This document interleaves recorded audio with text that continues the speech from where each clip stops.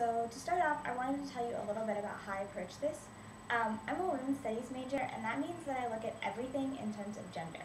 So when I saw that I was going to have to come up for an activity for superheroes, I had a really hard time figuring out how to do it in an all-inclusive way that didn't just focus on a superhero, but focused on superheroines as well.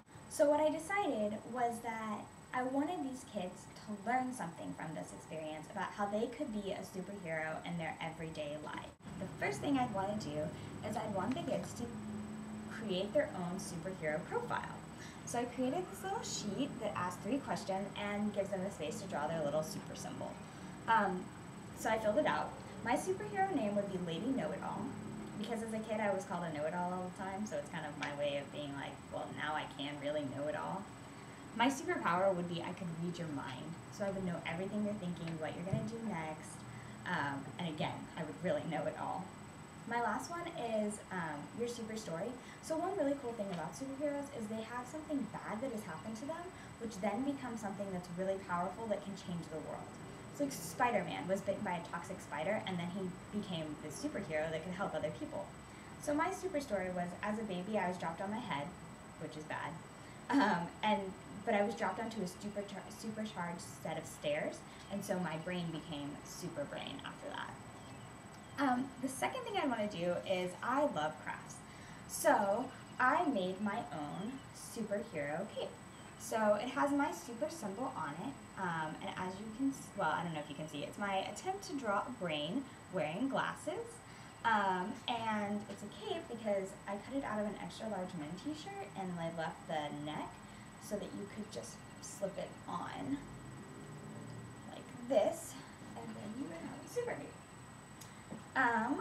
The third thing, I think everything should be used for teaching. So in this experience, I would want to talk to the kids about what makes a hero superhero. What makes a superhero a hero is a better way to phrase it. And I would want that conversation to eventually lead to the fact that superheroes help people, and that's what makes them heroes. So then I would turn the conversation to how can we be superheroes?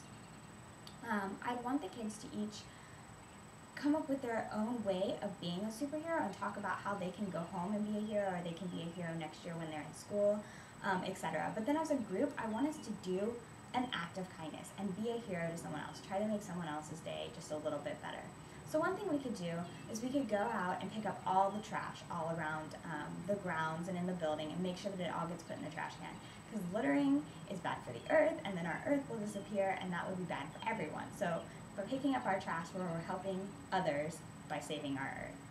The second thing the second idea I have is to take a giant poster board and make a card out of it, and make like a get well card or just like a hello card, maybe, and either take it to maybe a children's hospital or a nursing home, and just have these kids do an act of kindness for someone they don't know, someone they're not going to meet, but at the end of the day, they brighten this person's day just a little bit. And I want them to realize that sometimes you can be really kind without getting that immediate feedback of being kind, and it will still make you feel good. So the last thing I want to talk about with them is what I call random acts of kindness, or RAKs. And this is what we did while I worked at a summer camp, an overnight camp. We did random acts of kindness, and so sometimes we had a random acts of kindness box, and you could write little notes and put it in their mailbox, which is really helpful when you have a kid that doesn't get a whole lot of mail, because then they get these nice little messages from either friends or other counselors, just as encouraging them and making them feel like they're also an important part of camp.